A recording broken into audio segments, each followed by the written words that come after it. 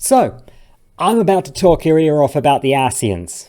I am a huge fan of Final Fantasy XIV. I've played too damn much of it, and I have the Amaro to prove it, which is not actually something to be proud of. But I'm especially really big on the game's story and lore. I pick up and learn as much of it as humanly possible. And I've occasionally put together some big chunky info dumps in the FF14 Reddit, just of everything I've learned about something and occasionally what it might mean for the future. People seem to like it, at least a little bit. But looking into some previous quotes by individual Ascians, I wanted to delve a little bit more into them. And as I did, I started realizing that, well, not only is there a lot of different sources to compile for that, there's also a lot of speculation that ends up getting unintentionally taken as fact. If I'm going to delve into this, it'll take me longer than a single text post. And since I've been wanting to learn some video skills anyway, it's taking this form. So here we go. I'm going to tell you every single thing I could find about every single Ascian to start priming us for whatever apocalyptic shenanigans we're going to walk into in Endwalker. A couple quick warnings. First of all, have I included everything here? Probably not. There's a lot to cover. I have inevitably missed some things, but I'm fairly confident I have everything notable. Second of all, spoilers. Hot damn, there's a lot. I can't even specifically say what we're spoiling because in some cases, the fact there's anything Ascian in there is itself the spoiler. So instead, here's just a blanket spoiler warning about Ascians. You hear all about their stuff, so if that's something you care about and haven't gotten to yet, there you go. But, moving on. There's a few ways for us to start talking about this, because it turns out the Ascians are pretty complex. I think it's best to start by going over what the Ascians are as put forward by the game relatively early on, before going into details on who they were. After all, a lot of elements of who they were stand out only because of who they became. So, the Ascians are, essentially, immortal evil ghost wizards who agitate for the destruction of the world. Specifically, they aim to cause calamities as worldwide apocalypses, to initiate what they call a rejoining. At the start of the game, there are 13 members of the core circle, identifiable by their red masks. They also have a number of followers that wear black masks, who aren't particularly special in nature and are essentially cultists. These black-masked Ascians are rarely of any importance, and we won't be going into them. While the Ascians have been around for as long as recorded history, actual evidence of them before recently is scant. In part, this is because of the lack of knowledge in previous eras, but also important is that their methodology actually changed after the 7th Umbral Calamity that ended 14 1.0. You know, the moon exploding into a dragon. That thing. This is because previously they had to wait for a civilization to build up enough to have the capacity to cause a calamity in the first place. They could mold those civilizations, spur them on, and they certainly did. But generally speaking, detonating a doomsday device requires society to reach a point where it invents or discovers a doomsday device in the first place. Typically, this would take thousands of years, and they'd instigate things by quietly possessing people and acting in the shadows, in ways that suit an individual Ascian's techniques. But something was different about the 7th Umbral Calamity. It fulfilled their needs for a rejoining while not blowing everything back to the Stone Age. This is new, and for them, this is promising, but they're also not used to it. So they change their approach a bit to keep a grip on the proverbial steering wheel for longer than they're used to. Gone are the days when they act completely in the shadows, impersonating officials and whispering into ears. Now they start to act openly, appearing in their masks and robes to make dealings and handle problems much more directly. From here, we start seeing their powers more directly.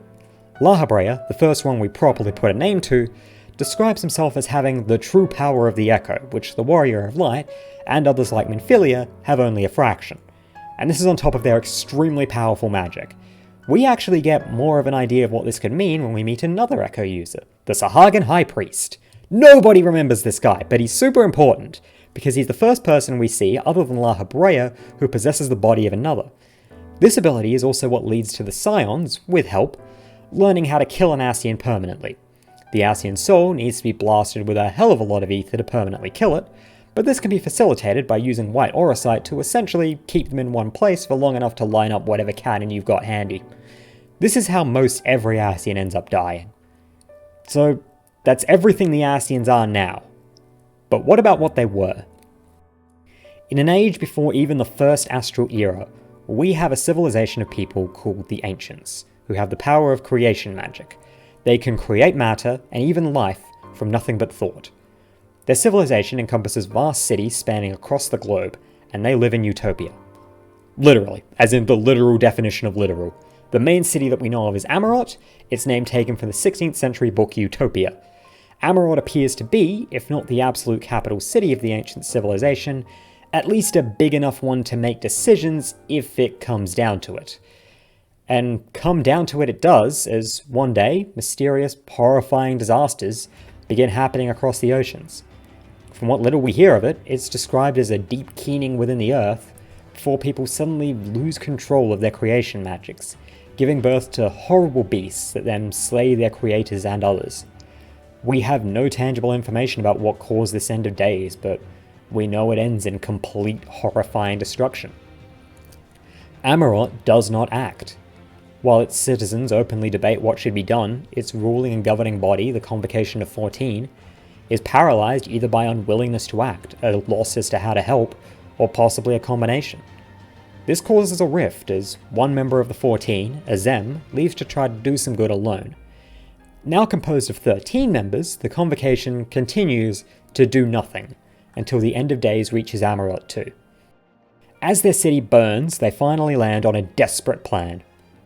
They use the Ancients' creation magic at a scale never before seen, half the population giving their lives to empower the world's first primal, Zodiarch. With the Convocation member Elidibus acting as its heart, Zodiarch rewrites the very rules of the planet, saving them from the end of days. As things settle down, however, things aren't completely right. Zodiarch's new rules are different, and most remarkable among that are the emergence of new life forms.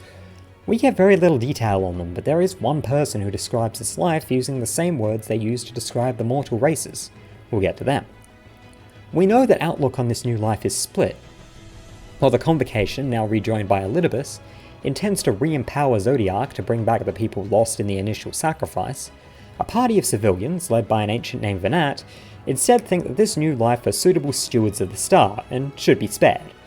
This conflict comes to a head as Venat's party sacrifices themselves to summon Hydaelyn, a primal with Venat as its heart, and one purpose, to stop Zodiarch. As an aside, I should note I've seen some people interpret this as a straight 50-50 conflict, of Zodiarch supporters wanting to sacrifice their new life versus Hydaelyn supporters wanting to spare them. Things are a little weird here in all honesty. Venat claims their supporters to be few, yet, well, they summoned Hydaelyn, that's not something small. The actual facts of what we have is that some amount of the population does sacrifice itself to summon Hydaelyn, while the Convocation want to summon Zodiarch. That's not half versus half, that's a tangible but unnumbered population versus 13 people, with everyone else unknown.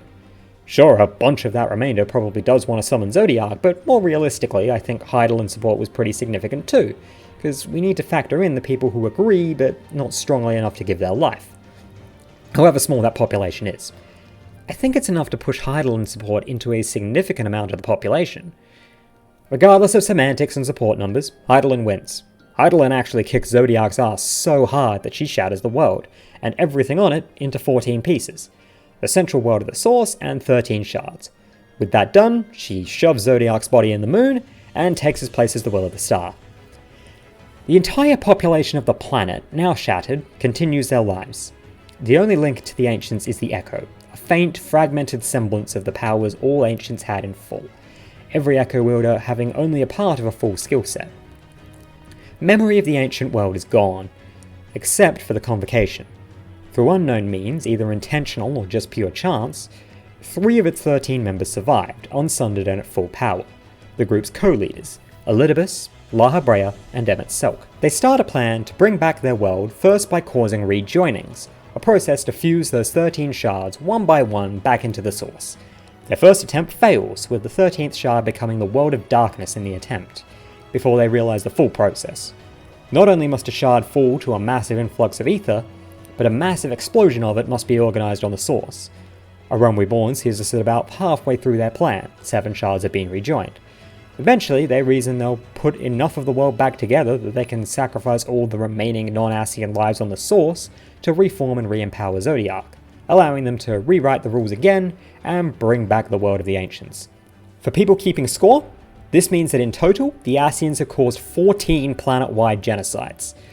They don't see it that way though, because to them, everyone on the source and its shards are only fractions of a person. To them, killing someone doesn't mean they killed Ted. It means they killed Ted's foot, so that one day they can glue Ted back together. Okay, so that's the overview of all we know about the Ascians as a group. In summary, 3 ex-politicians that were essentially the joint leaders of Emmerololth, after getting deposed by public uprising, decide to try to reform the society they ruled over by any means necessary, and recreate the rest of Emmerolth's cabinet to help them. They're also ghost wizards, and the Scions have the means to make ghostbuster traps to keep them still while they kill them. Before we drill down into the individuals, I want to address one very popular theory, that the Convocation correspond to the 12. This idea mostly seems to stem from 2 connections. One, that the 14th Convocation member, Azem, is exactly Azema as speculated by the Scions in dialogue, and one cited less often that both Nordthal and Emet-Selch have one name that's actually 2 names, and so might be the same figure. Unfortunately, it's not possible for the Convocation to be exactly the 12, mainly because the math doesn't add up. The Convocation had 14 members. So to explain how that translation happened, that theory has to explain away why 2 members don't count, without even using the fact that Azem left the Convocation, because Azem to Azema is the most concrete evidence we have. So if it is true that the 12 are the Convocation, it's using logic we don't yet know to cut out 2 of them, and any theory needs to accommodate that. But now for the individuals. Each of the 13 members is named, and they have appeared at least a couple times. There are some roll call scenes in A Realm Reborn and its patches that give everyone at least one appearance, although we won't be going into their lines because they don't say anything important. We also actually get those soul crystals in the 5.3 quest Etched in the Stars, and hear their actual words in the time before, during, and after the End of Days. These crystals do contain at least some pertinent lines, therefore giving all of them at least some legitimacy. All of these crystals are engraved with real-life constellations corresponding to the horoscope. This last part helps, because it lets us connect the lines to the speakers using Final Fantasy XII. The Ascians' names, with one exception, are taken from the Scions of Light mentioned in the lore around 12's Espers. Each of them also has a star sign associated. The Scions of Light all have titles in 12. Some people think these are important to reading the Ascians. While I personally disagree with that, I will mention them as a just in case. I'm providing all the information, this might be relevant. Also, all the Ascians' names taken from 12 are in fact in Hebrew. I greatly caution reading anything into them though, because these names were written for an entirely different purpose by entirely different writers, and when it comes to Ascians that are named by 14's team, they drop the Hebrew scheme. Also, I don't know Hebrew, so even if I did think those names were important, I wouldn't be able to tell you what most of them mean. So, let's get to the individuals. We'll be going in order of first noteworthy appearance, but first we need to go over the handful that haven't even had those. Throughout all of the games so far, 4 of the 13 Ascians have done absolutely nothing that we can put to their name. I call these the Filler Ascians because right now they only exist to bring the ranks up to 14. That's not to say, however, that they will always be irrelevant. After all, we would have ranked Fandaniel among them until recently. But right now we only have 3 things on each of them. Their star sign, their line in Etched in the Stars, and their Sign of Light title. So we'll go in the order their crystals appear. Fair initial mention. Most of the Ascians have never had their names pronounced in-game, nor to my knowledge said by any Square Enix employee. So for a lot of these, I'm just taking a wild guess. I'm also going to be using they-them pronouns for any Ascian we don't have an established gender for. We know they had a concept of gender in the first place, but that's about all. All of them use male character models in the roll call scenes, but that includes those that we know were female, so that was clearly a conceit towards anonymity. So with all that out of the way, here we go. Halmarut, Libra, Sign of Light title, the Arbiter. His line is early, set in the peaceful time before the End of Days. Behold, my friends. Embraced by the earth and caressed by the wind, vibrant life flourishes. All is right with creation. Nothing much to note, more scene setting than anything, but it does confirm that there was life beyond the ancients in some form pre-Zodiac. The post-Zodiac new life is therefore something different.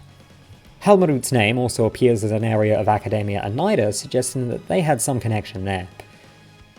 Dudalaphon, Capricorn. Sign of Light title, the Benevolent. His line comes in the same group as Halmarut's. May all know happiness, now and forevermore. There's a connection you can make between the extremely good-hearted lion and the Sign of Light title, but both are too generic to glean much. Ultima, Virgo.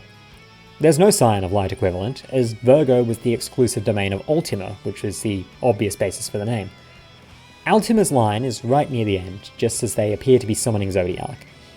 I feel my soul turning, slowly but irrevocably, and the power I wield begins to seem terrible. But this is right. It is right. So immediately, Ultima's line is something worth noting because they are the first person to describe being tempered. Emet-Selch does confirm the Ascians are tempered if we ever had any doubt, but it seems like Ultima was the first one to notice. My call is if Ultima ever comes up in a major role, this would be why.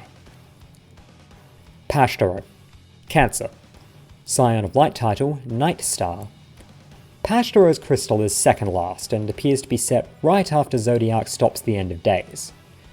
Though salvation is ours, it came at a great sacrifice. All that remains is to pray that we will one day meet again under a blue sky. Unsurprisingly, the immediate wake of Zodiac's summoning was not a time of celebration, but of mourning and remembrance. There's also something else here that might be of note, that chronologically this is the first instance of the ancients praying. I might have missed something, or this might be a quirk of the English script, but it seems that the Ascians were very rational people before Zodiac. Perhaps introducing the concept of a god to a world without one also introduced the concept of worship and faith. There's one more thing to mention here, as these four, plus Fandaniel, are the ones we have no good looks at the masks of. And yet, when Gaius returns as the Shadow Hunter, he's wearing the masks of two unknown Ascians at his hip. I've seen speculation that one is Fandaniel's, but realistically either of them could be any of the Filler Ascians. But does that mean they're dead? Personally, I doubt it. Remember that the Scions only figured out how to kill Ascians with considerable expert help. Meanwhile, Gaius has been essentially a lone wolf against them. He doesn't even know Lahabrea came back from that fight in the Praetorium, let alone the effort needed to properly kill one. Chances are he probably doesn't know it's more complicated than shooting them until he meets Alphinaud in the Stormblood patches, if not even later. And if one of those masters Fandaniel's, that confirms Gaius hasn't been putting them in the ground.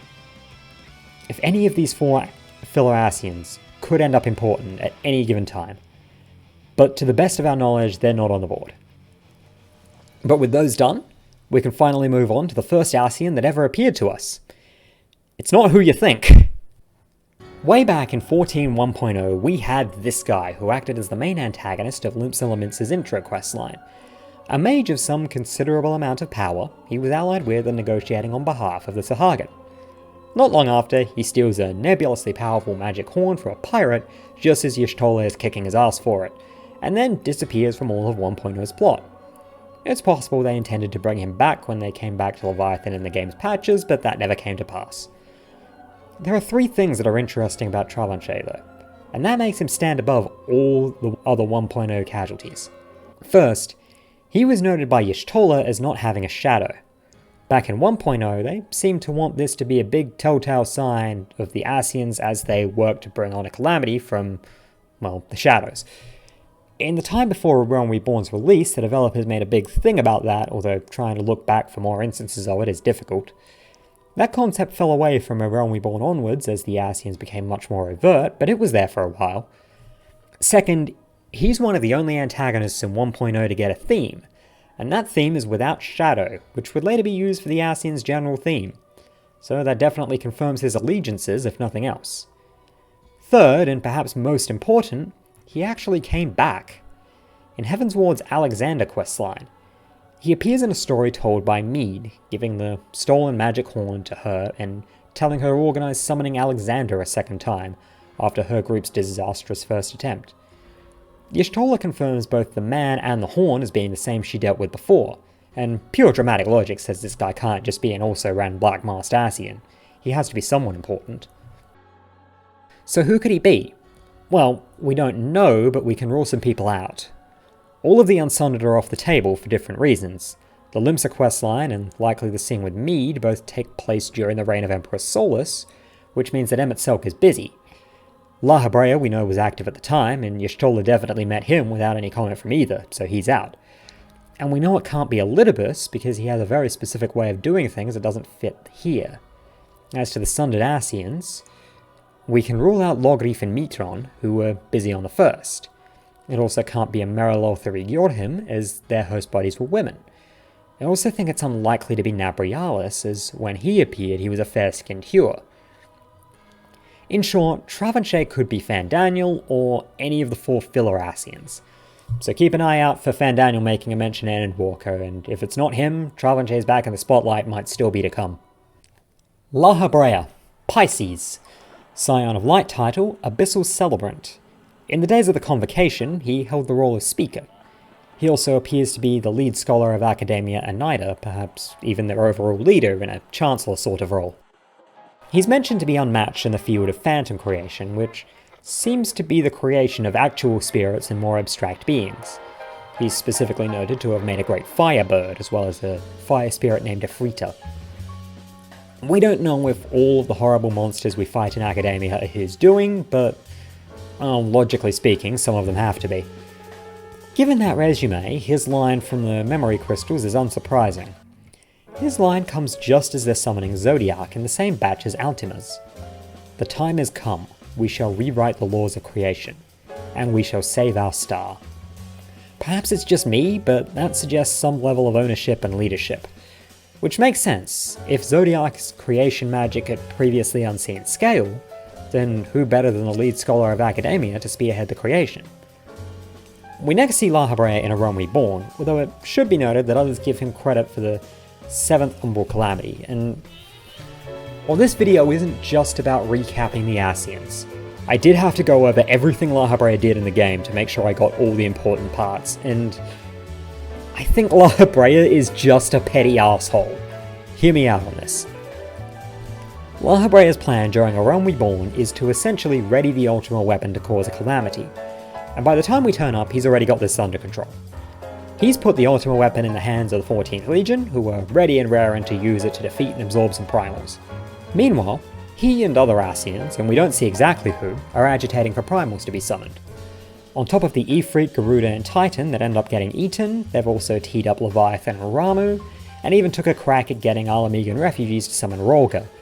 He's got this under control, at least as far as he knows. So, what does he spend most of his time on screen doing? He doesn't have to do anything. And as we'll find out, most Ascians stand back when things are going fine.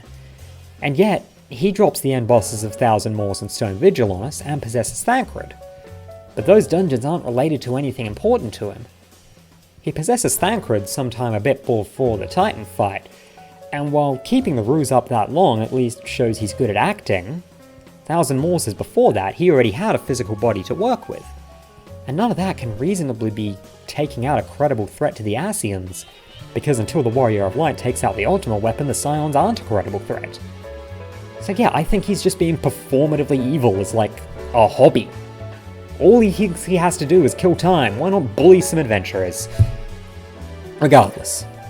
Plan is foiled largely by Heidelin's intervention, and she knocks him out of Thancred's body. We don't really know why she doesn't kill him here. My interpretation is either that she was pulling her punches to keep Thancred alive, or that she was so spent after the Ultima weapon that she couldn't finish the job. We might learn that in Endwalker. The next time we see Lahabrea is leading into Heavensward, and then in the expansion itself.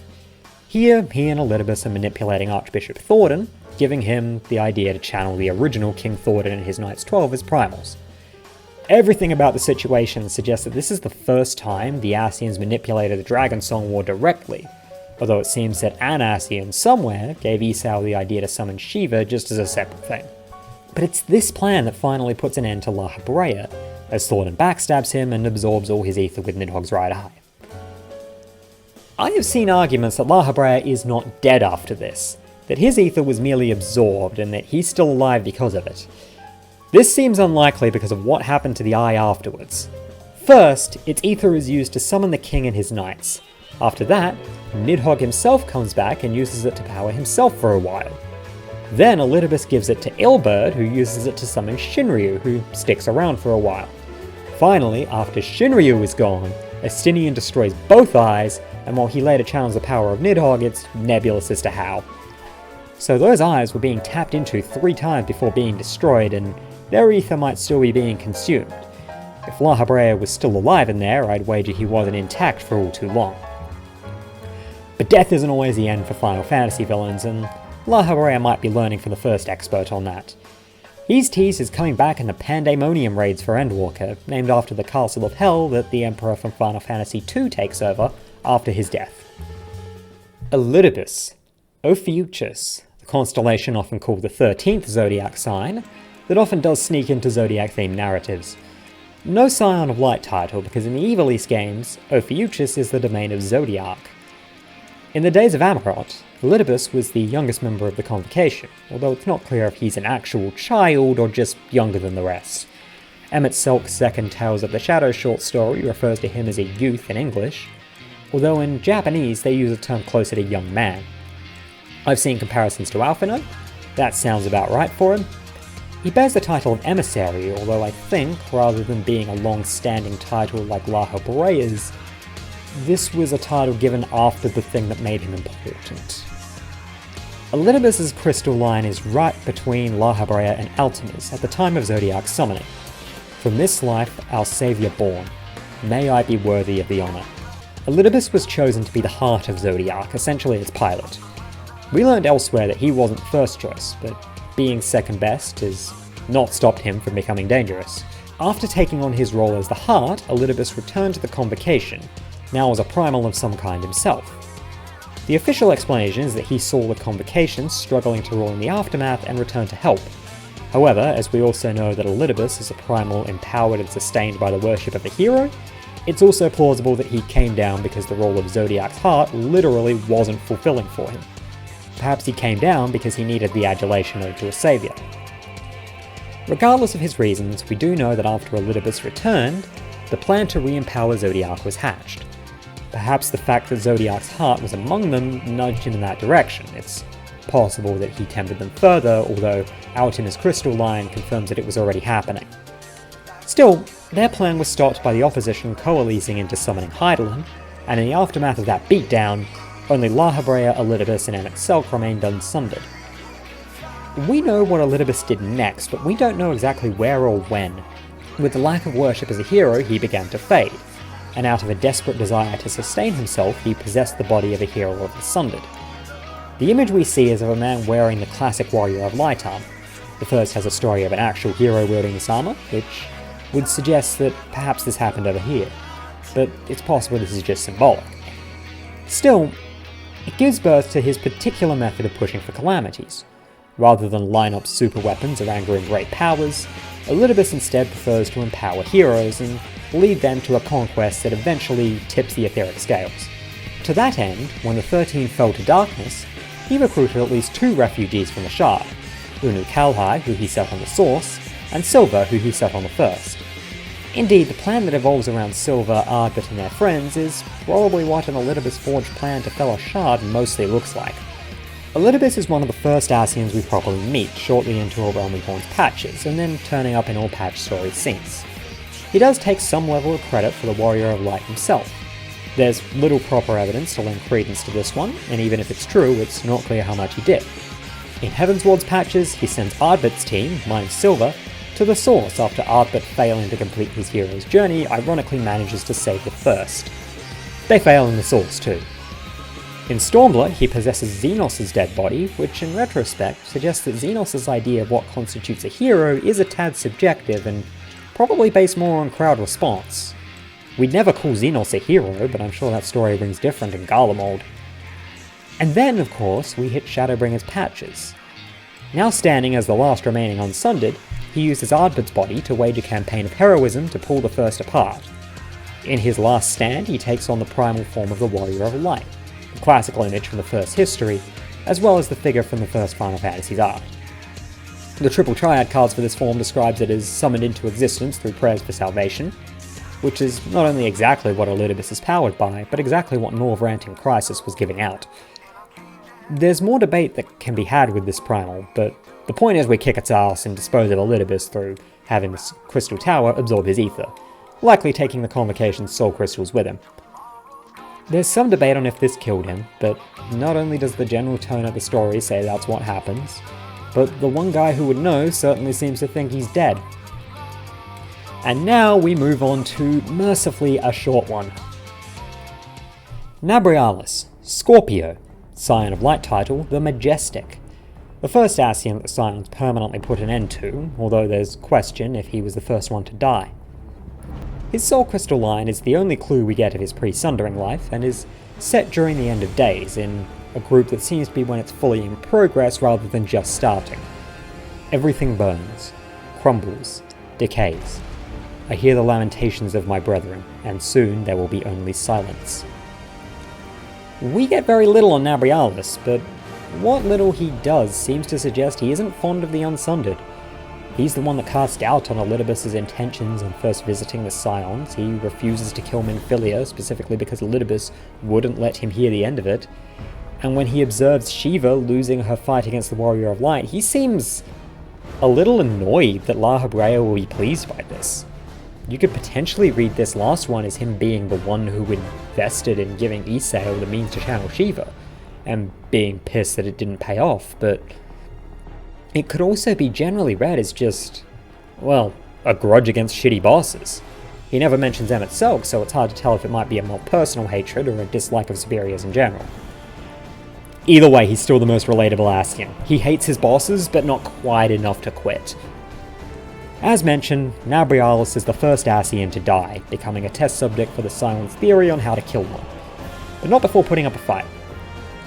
Recognizing the Scions are starting to piece together a plan to kill an Ascian, he tries to put a stop to it by kidnapping Minfilia and trying to take out the Warrior of Light. Nabriales has an emphasis on time magic in his fight, wielding the spells Double and Triple, as well as opening a black hole where time moves slower and casting Meteor, which also counts as time magic in some Final Fantasy games. The fact Nabriales wields time magic does open some interesting questions, but they're questions around other people, not him. Nabriales stops being relevant the moment he dies, beyond the fact that he was successfully killed, which does surprise his Ascian friends. Igeyorhm, Sagittarius, Scion of Light title, the Martyr. The first Ascian we know of to have taken a female host body, although she won't be the last. Her soul crystal is right with Nabriales', as a pair, speaking right after his. We will deliver our star from doom, this we swear. So please, dry your tears. This one's really interesting, at least in my eyes, because it sounds like she actually knows more than Nabriales. It's clearly a response to his lamentation, and one with confidence enough to say that they'll save things. Perhaps she was more in the loop on the Zodiac plan than he was. It might also be noteworthy that Scorpio and Sagittarius are right next to each other in the Zodiac, and the one other time this happens, the two paired crystals and constellations, belong to the only convocation members we know to have been an item. Does that mean something here though? Maybe, maybe not. Igeyorhm certainly doesn't seem to bat an eye that we killed Nabriales when we meet her. Before we get to that meeting though, we're going to stop by the Encyclopedia Eorzea. Most of the places the encyclopedia mentions the Ascians are just pure recap, but Igeyorhm is the one time where it actually provides genuine new and pertinent information. In the 13th, Igeyorhm's power proved too much for the inexperienced Bringer of Light, and their one-sided battles eventually resulted in a flood of darkness consuming the entire world and rendering it a nigh-empty void. So the World of Darkness is her fault. While she can't be blamed for it not being rejoined with the Source, they didn't know the requirement for the Calamity at the time, it does go on to suggest that she's been working closer with Lahabrea as a form of repentance. Again, that implication that she knew the Zodiac plan before Nabriales suggests that she and Lahabrea might have had a previous working relationship. Igeyorhm's role in Heaven's Ward is really minor. She mostly just watches the Warrior of Light as they kill primals and then takes the key to Azem so that Thornton can get there. She does at one point try to make a case for primals, although it's a pretty disingenuous one, saying that primals are embodiments of mortal will and desire, and that we despise them because we need to despise something. In Heaven's Ward that sounded like empty talk, but knowing as we now do that primals are a bastardized form of the Ancients' own creation magic, and their history with the concept in Emmerololth's days, it's an interesting window into the Ascians' own prejudices. That they see the primals as innocent tools being maligned by mortals, because the primals are their thing, and they still think mortals are lesser beings than them. Regardless, Igeyorhm fights the Warrior of Light alongside Lahabrea, and then combines into the Ascian Prime to fight even harder. Loses both times, and gets killed with the left eye of Nidhogg before Thornton kills Lahabrea with the right, although the warrior did opt for a laser rather than absorption. We take a pretty big jump after Igeyorhm, because outside of Elidibus, we see no Ascian activity until right near the end of the Stormblood's patch cycles. Emmerololth, Aquarius, Scion of Light title, Holy Queen, the only gender to Scion of Light title, oddly enough. We'll get to her soul crystal, but this time we actually have to dip into recap territory because even the one time Emmerololth appears is extremely missable. But to start with, Emmerololth is notable because she's the only Ascian we know of that died while the Warrior of Light wasn't even there to see it. We learn about this after the fact. In the wake of both the Doman and Alamegan liberations, a mysterious island appears in the seas of the Far East. Both the Warrior of Light and Krul Baldessian are hired to investigate the island, dubbed Eureka, before the expedition had properly begun. It doesn't take long for Krul to recognise the island. It's the Isle of Val, the home of the students of Baldessian, which was presumed destroyed after it was evacuated and fell out of contact during a Realm Reborn or its patches. It's in the wrong place, it's an etheric mess, and there seems to be no survivors, but it's unmistakable. Over the course of the expedition, they learned that the students of Baldessian were founded to seal away and hide an ancient evil, something they kept so under wraps that even Krul never learned until now. And soon enough, they learn what that ancient evil is. The Primal, Eureka. Yes, the Primal and the island have the same name despite both names being chosen entirely independently. It's confusing, and as far as I can tell, it's never explained. I'll keep it brief, because this is a subject for another time, but the Primal Eureka is essentially a primal forge that creates weapons that are themselves primals, most notably Odin. But its danger is not the fact that it could make weapons. The Scions learned it could make anything. This means that the Primal Eureka is easily capable of causing calamities just by itself. All you'd need to do is command it to make something so big that it would drain the planet of Ether trying. But then, what happened to wipe the island off the map originally? Well, the secret was found, and everything here is described in a single note right near the end of the final area of Eureka. This is the entirety of Emmerololth's presence in the story so far. For long years, we kept the being's location a closely guarded secret, but in spite of our best efforts, it was eventually discovered by the Ascians. Lest Eureka be used to a calamitous end, my comrades and I resorted to drastic measures. Having given the order to evacuate, we invoked a powerful magic to drown the entire isle within the life stream. Henceforth, we combined our strength to defeat the Ascian known as Emmerololth, consigning her essence to be scattered within that raging torrent of ether, never again to reform. And now, we await our own end. Even as I write, the Isle of Val drifts in the life stream. Ere long, it will become as one with the flow, as will all that remains within. However, that these words have survived means that, unlikely though it is, the Isle has somehow re-emerged in the corporeal realm. This means that Eureka remains a grave threat. This tells us very little about Emmerololth, to be honest. It tells us that she found the Primal Eureka despite the students' greatest secrecies, and that she was killed by them, dunking the entire island and everything on it into the lifestream, ripping her apart in the process. We also know that this was written after she was killed, and it's worth noting that Galuf, the writer of this letter and a qualified scholar in exactly this field, isn't worried about her coming back. He's worried about the Primal. That suggests to me that while their nuclear option to keep Eureka out of Ascian hands didn't stop the Primal, it definitely killed the Ascian. Incidentally, this is where I think Emmerololth's soul crystal line comes up, although mostly as a curiosity.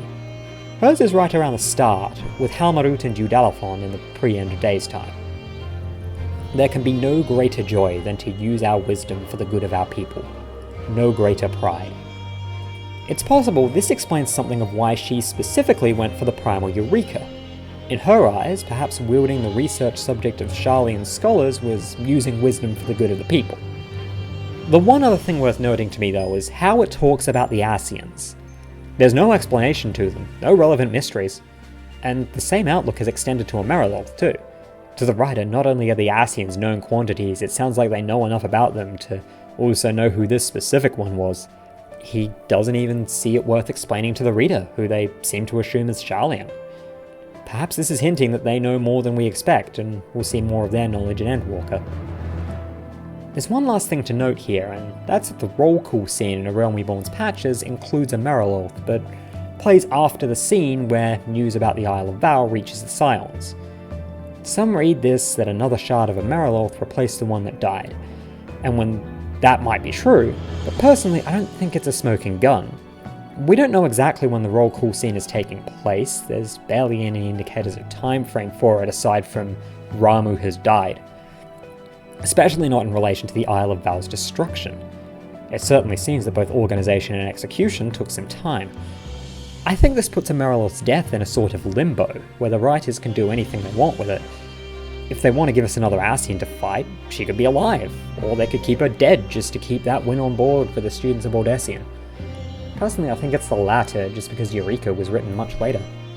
Emet-Selch, Gemini.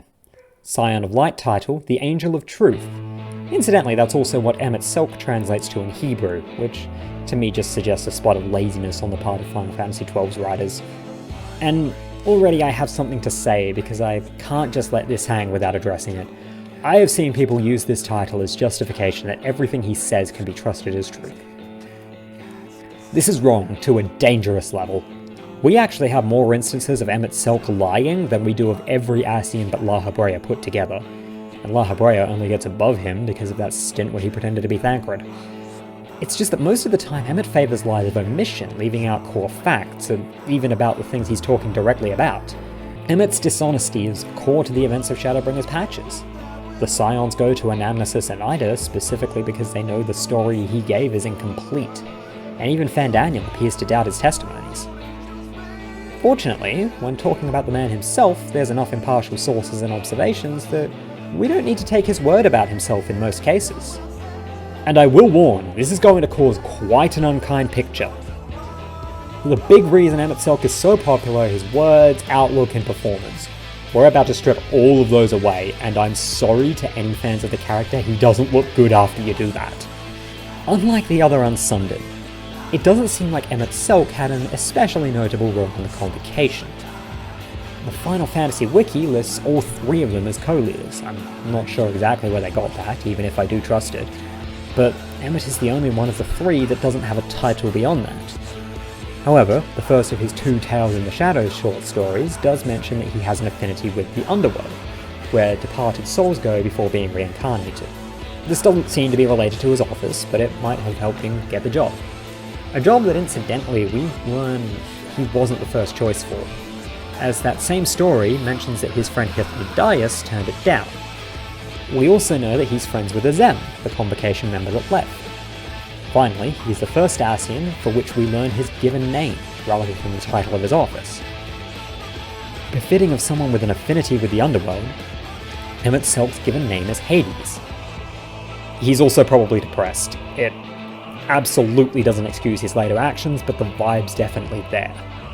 And it's there even in that short story before anything's gone wrong.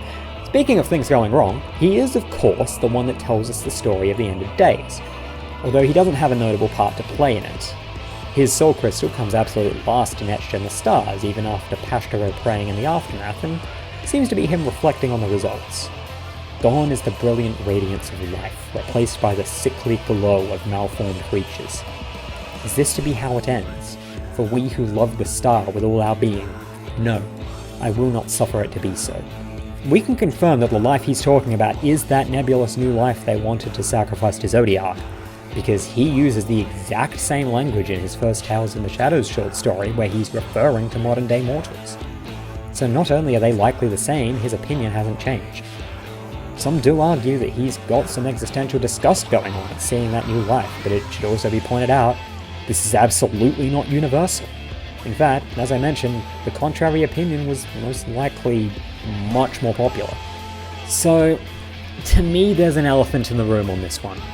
It's not a fun thing to bring up, because I am about to tar a very popular character with a very dark blush.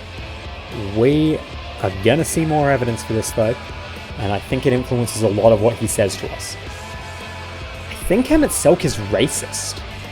It's hard to use that word with confidence when we're talking about prejudice against a completely different but clearly intelligent species, but it's the best we can get. Especially because he clearly instills those beliefs in others. As we know, he survives the Sundering intact. From there, we pick up in the Third Astral Era with the Arlagan Empire, but exactly where is a little vague. We know that he claims to have moulded the Arlagan Empire and knows their work. He says exactly that to the Crystal Exarch, using the same sort of language he uses when talking about the Garlean Empire to Varys. There's a theory that Emet-Selch was Aemon, the man who ultimately caused the Fourth Umbral Calamity by launching Dalamud, but that theory is mostly based on the fact Armon was once described as theatrical and that's it. It doesn't work. Not only was Armon only present for the end of the Empire rather than its formation, but Armon was also alive inside the Crystal Tower up until when it was reopened.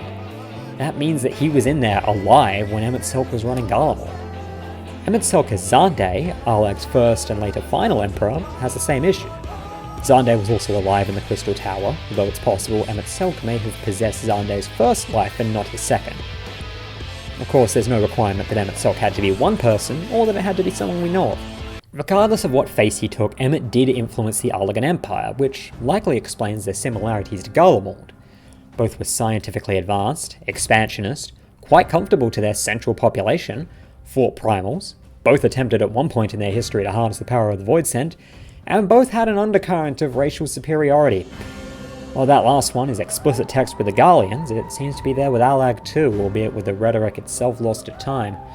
They engineer slave races, they eradicate and capture what we would now recognize as beast tribes.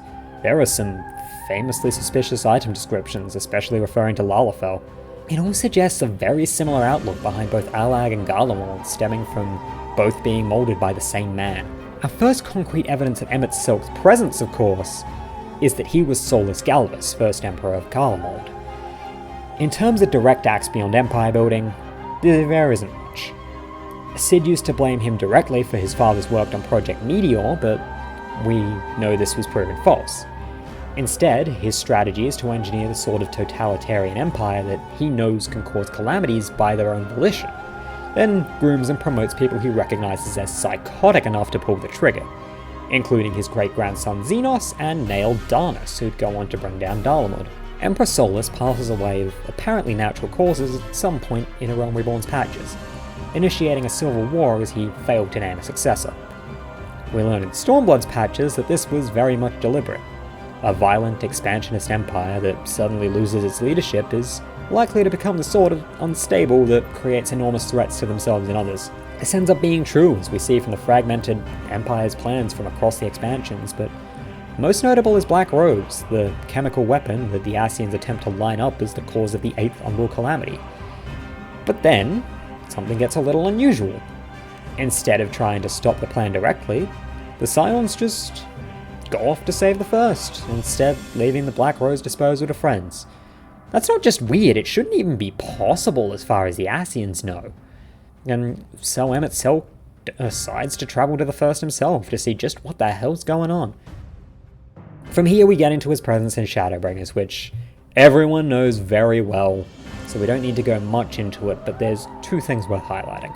First, the reason he's so blindsided speaks to what seems to be a weakness of all the Unsundered and perhaps every Ascian, and that's intellectual laziness and disregard for the talents of others.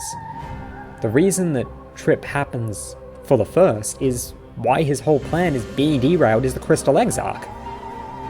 Emet-Selch knows that and can immediately see what pieces of the puzzle aren't quite right. As the mastermind behind Alag, he knows that A, the Crystal Tower shouldn't be there, and B, the Crystal Exarch is doing things the tower shouldn't be capable of. But he never properly interrogates this mystery.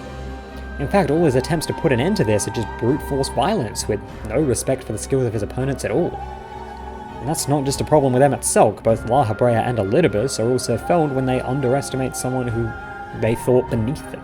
When I brought this up to people, some have said that it's a bit harsh, that we reasonably shouldn't be docking points from Emet-Selch just because he never figured out that the secret was time travel, because he didn't know that was even possible. And there's some merit to that. This time travel happened due to discoveries from Alexander, and while the Ascians set that into motion, they weren't around to learn about the time travel part. And time magic hasn't come up anywhere else, right? Oh, right. The Ascians are actually the only people outside of Alexander, and I suppose previous versions of Astrologian, to wield time magic. And developers didn't just forget that because Ascian time magic comes up elsewhere in Shadowbringers. They just couldn't swing actual time travel, which is a huge part of the Ascian disregard for others' talents. They never consider that someone might be better than them at something because they consider themselves superior by nature. And that outlook bites them a lot, because it turns out that even if the Ascians say they're better, they're going up against people who think a lot more and try a lot harder. The second thing worth covering is that Emet-Selch says several times he's judged the mortal worlds to see if they're capable and found them wanting. This is both something he's done in generalities with all of society, and something he did on a more individual basis with the Warrior of Light's inability to, well, save the world all by themselves. First of all, unlike a lot of the things Emet-Selch says, this is one that actually doesn't have corroborating evidence anywhere. No other Ascian says it. There is no outside evidence. He doesn't even say it in his first-person short stories. It's just a thing he says to us. So ultimately, you can only trust it as much as you trust the man's word, and even the game cautions you not to do that. But even if you did, there was a question on if his judgment was fair. And to that, I think we have to consider the fact that we have a quote from him talking about the mortal races in the days of Emmerololth, and one from near present day as soulless. And those words are identical. Through all his judging, his views and the words used to express them never change. I don't think his judgment was ever fair. I think he came to it deciding mortals had already failed and just looked for justification. Hell, I think we actually see that as he decides that the Warrior of Light and his friends failed because they couldn't keep the light of an entire world contained. He says this, mind you, while sabotaging the plan that would have solved exactly this problem. You can argue the Exarch shouldn't have tried to sacrifice himself, and maybe he shouldn't have, but all evidence suggests it would have worked if he did. Again, Emet-Selch exhibits an intellectual laziness common to the Unsunded. He deems the mortal races to be failures because he can't do exactly what the Ancients could, disregarding that those mortals have the ingenuity to find other solutions. And that same laziness gets him killed after showing us the Emmerololth of his memories.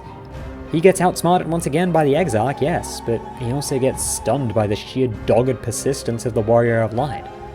After the Scions use White Orosight to pin him down, the Warrior of Light impales him with an axe made out of enough ether to kill a whole planet. That's a tough one to survive, even if he wanted to. And by the end, I don't think he did. Loghrif, Aries, Scion of Light titled the Transcendent, and Mitron, Taurus, Scion of Light titled the Chastiser. While I will caution that it's important for their tale that these two be considered separately, the fact that it is the same tale means that we should cover both of them in one. Loghrif and Mitron were a romantic item, emphasis of course on were. This even goes as far back as their very first known lines when they're etched in the stars crystals. Their paired crystals are the first ones to appear describing the end of days. First, Loghrif. The heavens are ablaze and the land rent asunder. What will become of the world? Is life itself to be denied? Mitron responds, come what may, we must not surrender to despair. If we but hold fast to hope, we may yet find a path to salvation. Interestingly, although probably unintentionally, Mitron's last sentence resembles a Bible verse, specifically Hebrews 10:23. Except rather than the Bible verse ending and saying that God can be trusted with leading to salvation, Mitron is essentially saying they have to do it. As far as I can tell, nobody else's line even remotely resembles a Bible verse, so this is just a neat coincidence, but there you go. I mentioned before that Elidibus was not the first choice for the Heart of Zodiac, and that's because the first person who volunteered for this was Loghrif. Mitron talked her out of it though, and that may have ultimately been for the best. While what we know of Loghrif suggests to me that she'd have been better at the job, what we learn otherwise suggests that there would have been other complications. They reunite after both having shards ascended to Ascian status and are jointly tasked with watching over the first, setting it up to be engulfed with light ether when the time was right. This is where we first learn about them, as we learn that Ardbert opted to kill them once he learned of their plans. Unfortunately though, he acted too late to stop it. But even more unfortunately, Ardbert can only be trusted to do one thing: fail.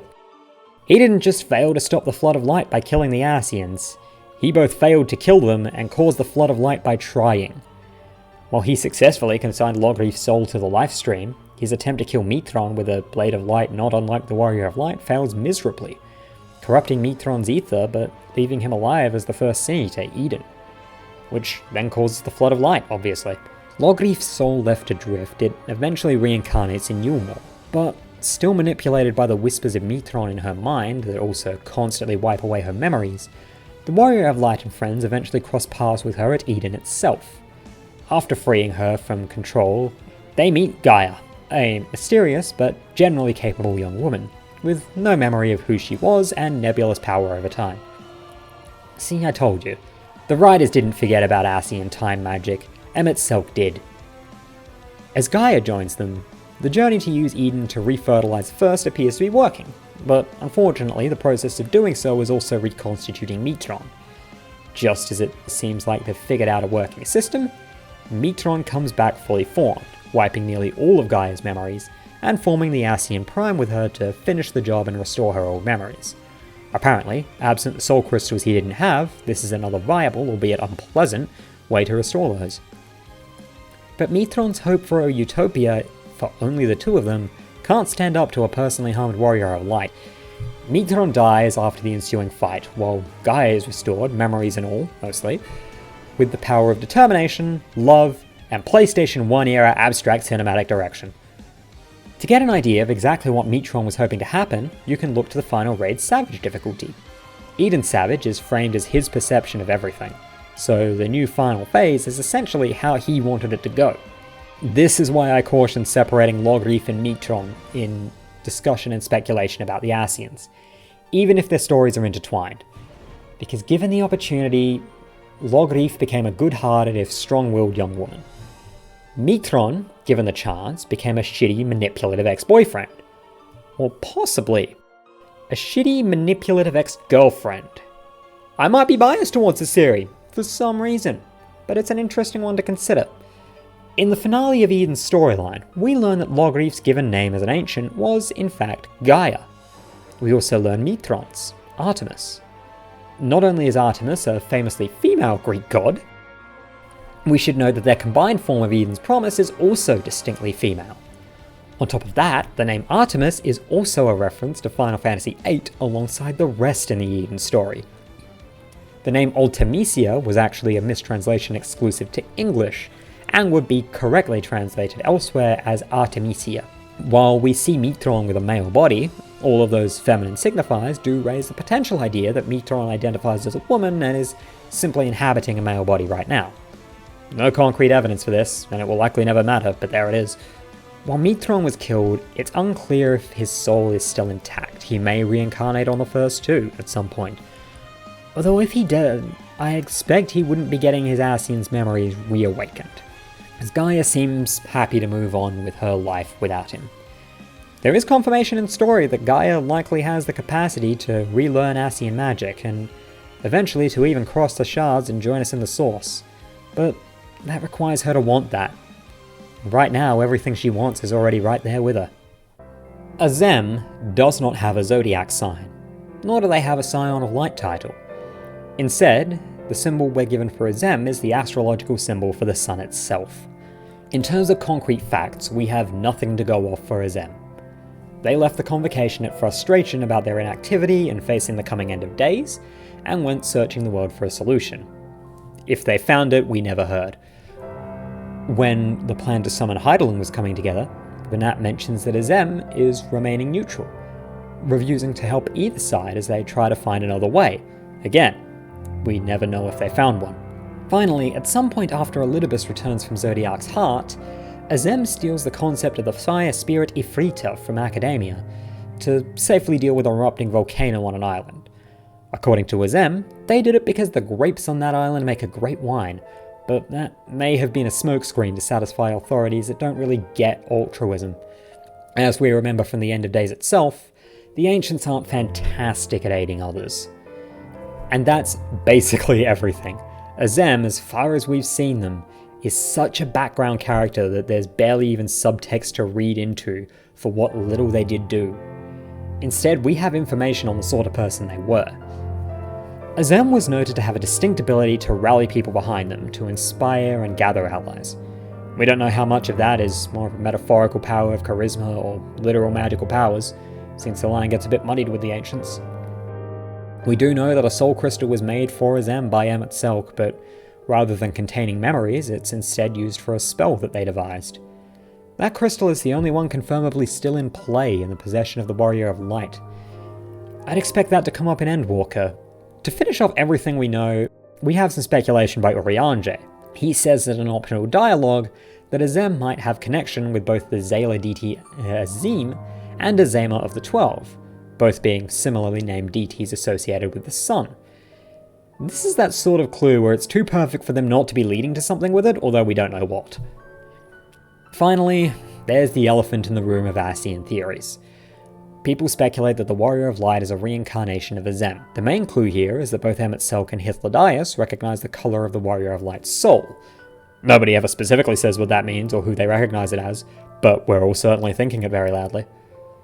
I will caution though, there's nothing explicitly denying this theory, there's also nothing explicitly confirming it.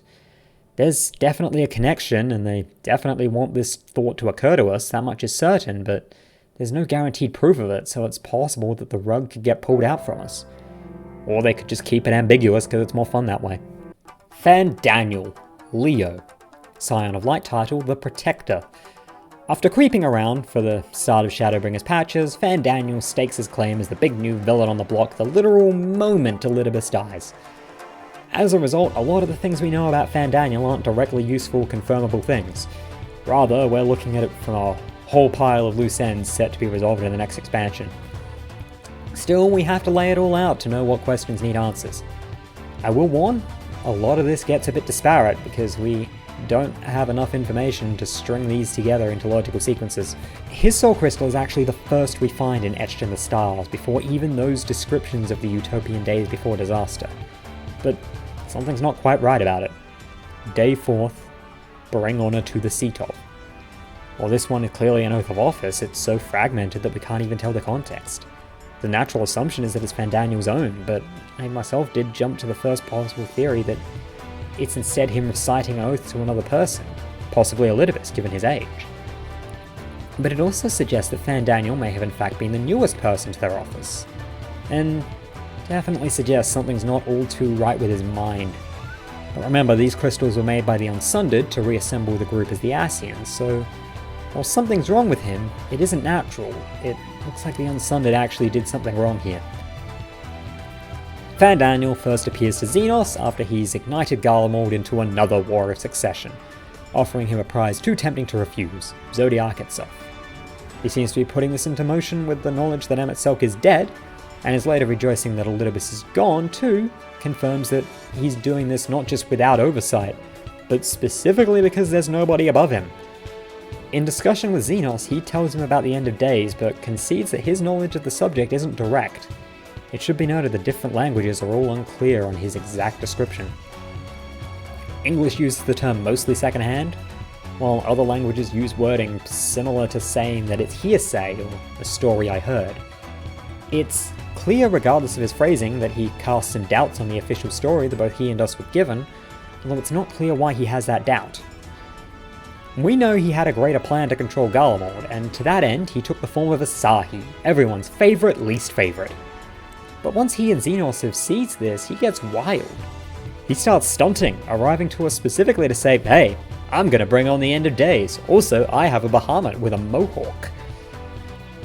A lot of people reasonably cast some doubt on this, but I think it's fair to take him at his word, at least this far, as the Endwalker trailer shows us the Terminus beasts. The end of days may not be his final goal, but he's definitely aiming for them.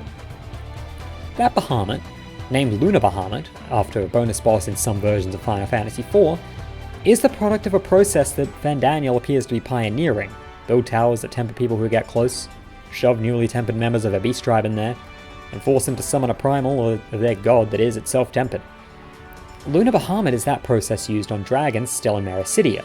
So far, we've also seen lunar versions of Ifrit, Ravana, and Odin. That last one is especially weird, since Odin doesn't have worshippers. As we mentioned, it's a weapon made by Eureka. In his appearances so far, Fandaniel has swapped between two different outfits. a violet robe that's actually the Crypt Lurker casting set, and a white coat that's actually the Facet healing set. We have no idea what exactly this means. We haven't gotten enough scenes with him to get a definitive idea on if he's behaving differently when wearing them. It's just exceptionally notable to see somebody actively changing outfits. Finally, there is one single out-of-game clue we have. In the 2021 Online FanFest, when lead writer Natsuko Ishikawa was asked about her favourite character, her final answer was Fandaniel and his... That statement is in fact redacted that way in the message. We have literally no idea what this could mean, only theories. But if we're laying down the fact, there we go. Fandaniel has something that makes him compelling to Ishikawa. So we definitely just don't have the whole picture on this one. And our only recourse is to wait. So that's it. This is everything I could find about every Ascian. Now, there's a very good chance I may have missed some things here, and in that case I urge you to say it somewhere. Use the comments, I'll read them. But I will warn people, don't mistake hints and speculation as proof. Just because you think something very strongly doesn't mean it's true. But beyond that, any questions or anything? Throw those in too, or even suggestions for other things to cover. This was a lot of fun to put together, and I want to do other videos like this, so if you want to see me cover something, hopefully something shorter, let me know. Show the video to friends who want to hear about ghost wizards. Anyway, I've talked more than enough. The sun is going down, so I'll finish it here. Thank you, and goodbye!